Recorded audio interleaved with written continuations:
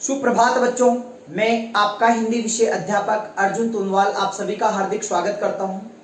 आज का जो हमारा बिंदु होगा कक्षा 9 पुस्तक क्षितिज से एनसीईआरटी जो पुस्तक है कक्षा 9 की, उसमें जो पाठ है सर्वेश्वर दयाल सक्सेना का मेघ आए, उस मेघ आए रचना के बारे में हम अर्थ और भावार्थ ग्रहण करेंगे। ये जो मेघ आए रचना है ये प्रतियोगी परीक्षाओं के लिए भी बड़ी महत्वपूर्ण है, तो ध्यान दें यहां से प्रश्न बनकर आता है और निश्चित तौर पर कक्षा 9 के विद्यार्थियों के लिए बहुत ही महत्वपूर्ण है। तो कक्षा 9 के विद्यार्थी जितना ध्यान देंगे उतना ही प्रतियोगी परीक्षाओं पर ध्यान देने वाले बच्चे भी ध्यान दें। मैं आपको बता दूं सर्वेश्वर दयाल सक्सेना की जो रचना है मेघ आए, मेघ आए, मेघ का मतलब होता है बादल। मेघ का मतलब क्या होता है? बादल। अर्थात ये एक प्रकृति सौंदर्य कविता है। क्या है? प्रकृति सौंदर्य कविता है। बादलों को यहाँ पर जो मेहमान के रूप में बताया, अर्थात दामाद के रूप में बताया है। जिस तरह से मेहमान आते हैं और गांव में हलचल हो जाती है, या ससुराल में कोई दामाद जाता है और उस ससुराल पक्ष में चारों तरफ हलचल हो जाती है, किशोरियों के मन में या फिर बड़े बुजुर्गों के मन में, कैसे भी किसी भी तरह की हलचल होती है, उसके बारे में यहाँ पर बताया गया है। तो मेघों को यहाँ दामाद अर्थात मेघों को दामाद अर्थात मेहमान की संज्ञा दी गई है, उसका वर्णन अब हम करते हैं। तो शुरुआत करते हैं।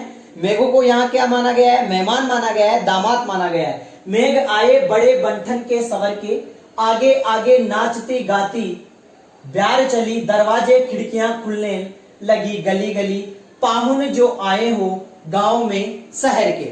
तो यहां तक आपने देखा कि हमने पढ़ा इसको, और अब देखो इसका अर्थ ग्रहण करते हैं। मेघ आए बड़े बंठन के सवर के, अर्थात बादलों के आने पर, किसके आने पर? बादलों के आने पर जो गांव में उत्साह उत्पन्न हो जाता है ना, उसका वर्णन यहां किया गया है। मेघ आए बड़े बंठन के सवर के, बंठन के सवर के मतलब होता है सज धज कर। क्या होता है? सज धज कर। अब प्रकृति में आसमान में चारों तरफ क्या नजर आने लगे हैं? मेघ अर्थात बादल नजर आने लगे हैं, और वो बादल कैसे आए? सज धज कर आए हैं। आगे आगे नाचती गाती बयार चली, बयार का मतलब होता है हवा। जो ही बादल आसमान में नजर आते हैं त्यों ही क्या होता है? आसमान में बादल नजर आने के बाद जो हवा है ना, वह उसके बारे में आगे आगे नाचती गाती, पीछे से बादल आ रहे हैं और आगे आगे ठंडी ठंडी हवा चलती रहती है, और उस हवा को देखकर ऐसा लगता है कि बादलों को देखकर यह हवा नाचती हुई गाती हुई उत्साह के साथ आ रही है। दरवाजे खिड़कियां खुलने लगी गली गली, और जो ही बादल आते हैं हवा आती है, तो ऐसा प्रतीत होता है कि जो घर के दरवाजे हैं और खिड़कियां हैं वह उनके स्वागत के लिए क्या होती है? खुलने लग जाती है। किनके स्वागत के लिए? बादलों के स्वागत के लिए। पाहुन जो आए हो गांव में शहर के, पाहुन का मतलब होता है मेहमान, और यह मेहमान कौन है? बादल। कवि क्या कह रहा है? जिस तरह से पाहुणे आ जाते हैं ना, कहां से आते हैं? शहर से गांव में आते हैं, और उनका सम्मान किया जाता है, उनका उत्साहवर्धन किया जाता है, उसी तरह से मेहमान के रूप में बादल आ चुके हैं। कहां से? शहर से गांव में, अर्थात अब हमारे गांव में चारों तरफ बादल छाए हुए हैं। मेघ आए बड़े बंठन के सवर के, और मेघ बादल आए हुए हैं कैसे? बंठन के सवर के आए हुए हैं। तो यहां तक आपको समझ में आया होगा कि बादल किस तरह से आते हैं? बंठन के सवर के बादल आते हैं, अर्थात सज धज के वह अब गांव में आ चुके हैं। और उनके सम्मान में देखो क्या हो रहा है? पेड़ झुक झांकने लगे गर्दन उचकाए। जो सामान्य पेड़ हैं, पेड़ों को यहाँ ग्रामीण लोगों की संज्ञा दी गई है, सामान्य जो ग्रामीण लोग हैं, पेड़ झुक झांकने लगे गर्दन उचकाए, और पेड़ उन बादलों को देखने के लिए गर्दन ऊपर कर करके देख रहे हैं। जब गांव में कोई मेहमान आता है तो वहां के ग्रामीण लोग उसको देखते हैं ना, तो यहाँ पर जो पेड़ है वह क्या है? ग्रामीण लोग। क्या है? ग्रामीण लोग। क्लियर? आंधी चली धूल भागी घाघरा उठाए, आंधी चली, देखो गांव में बरसात होगी तो अब आंधी और धूल का काम नहीं है, तो उस बरसात भरे बादल को देखकर घाघरा ऊपर करके आंधी और धूल क्या है? भागती हुई नजर आ रही है। कहने का मतलब अब वह यहां से प्रस्थान कर रही है, क्योंकि अब गांव में किसका आगमन हो गया है? बादलों का आगमन हो गया, और बादल क्या है? सज धज कर आए हैं। बादल सज धज कर आए हैं। बाकी चितवन उठा नदी ठिठकी घूंघट सरके, बाकी चितवन मतलब तिरछी नजर, तिरछी नजर। उठा नदी ठिठकी, ठिठकी का मतलब होता है रुकना, आश्चर्य के साथ देखना। घूंघट सरके मतलब घूंघट उठा के, घूंघट सरके का मतलब घूंघट उठा के।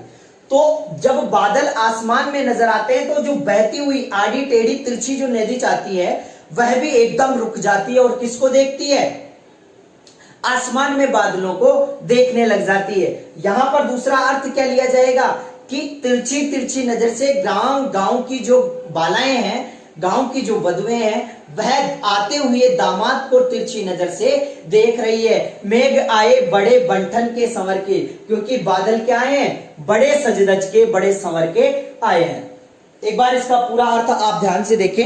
मैं आपको बता देता हूं कि जो पहला है, इस पद्यांश में बादलों के आने पर गांव भर में फैले उत्साह का वर्णन किया गया है। वर्षा ऋतु बादलों को देखकर ग्रामवासी अपने हृदय में उत्साह भरकर उनके बरसने की प्रतीक्षा कर रहे हैं। वर्षा ऋतु आ चुकी है, ठीक है। बादल आकाश में छाए हुए हैं, हवा भी मस्ती के साथ चलने लगी है। लोगों ने वर्षा के स्वागत में अपने घर के दरवाजे और खिड़कियां खोल दी है। सब तरफ बादल बरसने की सूचना मिल जाती है। आगे देखो, उन बादलों को देखकर और क्या होता है? बूढ़े पीपल ने आगे बढ़कर जुहार की। बादलों को देखकर गांव का जो बूढ़ा मनुष्य होता है, तो यहां पर बूढ़ा कौन है? पीपल का पेड़। बूढ़ा पीपल का पेड़ भी उन बादलों का क्या करता है? जुहार। जुहार का मतलब होता है स्वागत। उन बादलों का क्या करता है? स्वागत करता है कि आइए, बरस बाद सुधि लेनी, बड़े बरसों के बाद तुम्हें याद आई है। तुमने सुधि लेनी के मतलब होता है याद आना। बरस बाद मतलब वर्षों के बाद। वर्षों के बाद तुम बड़े आज आए हो, और इस बात को लेकर बोली अकुलाई लता ओट हो किवाड़ की। लताएं किवाड़ की ओट लेकर बोलती है कि बड़े वर्षों के बाद आज तुमने क्या ली है? हमारी सुधि ली है। यहां पर दूसरा अर्थ क्या लेगा?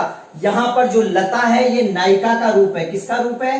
नायिका का रूप। और नायिका किसका? नायिका ओट ले रही है किवाड़ की। नायिका किवाड़ की ओट लेकर उन मेघों को देखती है कि बहुत दिनों बाद आए हो। व्याकुल होकर वह उनसे नाराज हो जाती है और क्या हो जाती है? छिप जाती है, ठीक है। हर्षाया ताल लाया परात भर पानी में। और जो गांव का तालाब है वह पानी में परात भर के किसका स्वागत करता है? मेघों का स्वागत करने लगता है। मेघों का स्वागत कौन कर रहा है? जो गांव का जो तालाब है। हर्षाया का मतलब होता है प्रसन्न होना। क्या होता है? प्रसन्न होना।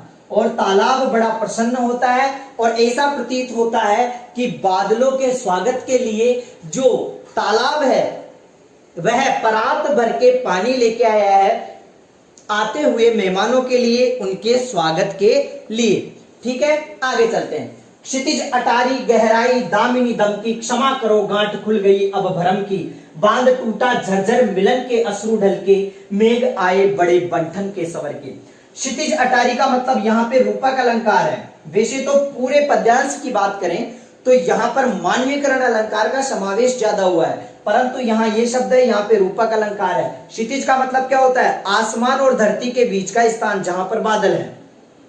क्षितिज अटारी, अटारी का मतलब होता है महल या चोटी, ठीक है, महल या चोटी। तो क्षितिज रूपी अटारी पर चारों तरफ दामिनी दमकी, दामिनी का मतलब होता है बिजली, दमकी का मतलब चमकना। चारों तरफ बिजली चमकने लग जाती है, चारों तरफ बिजली चमकने लग जाती है, बादलों की गड़गड़ाहट सुनाई देने लग जाती है। क्षमा करो गांठ खुल गई अब भरम की। क्षमा करो, इस अटारी की बात सुनकर, इस अटारी की बात सुनकर एक प्रियतम अपने विरह के लिए जो तड़प रही थी वह कह रही कि क्षमा करो, मैं ये सोच रही थी, मैं इस भ्रम में जी रही थी कि आप कभी भी नहीं आओगे। मेघों को कह रही है, कौन? लता कह रही है कि आप कभी नहीं आओगे, परंतु आज तुम्हारी गड़गड़ाहट सुनकर मेरा भ्रम टूट गया है और मुझे ऐसा लग रहा है कि तुम मुझसे मिलने के लिए आए हो। बांध टूटा झरझर मिलन के अश्रु डल के, अब मेरे सब्र का जो बांध है वह पूरी तरह टूट चुका है। अब मुझे वास्तव में यकीन हो गया है कि तुम मेरे से मिलने के लिए आए हो। और इतना ही सुनकर नायिका के आंखों में से आंसू बहने लगते हैं, और इधर नायिका के आंखों में से आंसू बहते हैं, उधर बादलों की गड़गड़ाहट के साथ वर्षा होने लगती है। अर्थात दोनों का क्या हो जाता है? मिलन हो जाता है। किस किस का? बादलों के पानी का और नायिका के आंसुओं का।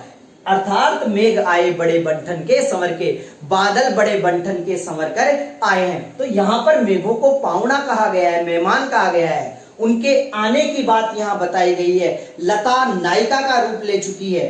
ठीक है, जो गांव में माहौल होता है, तो मैं इसका एक बार आपको शॉर्ट में बता देता हूं कि इसमें क्या क्या हुआ है। कि मेघ आए प्रकृति सौंदर्य की कविता है।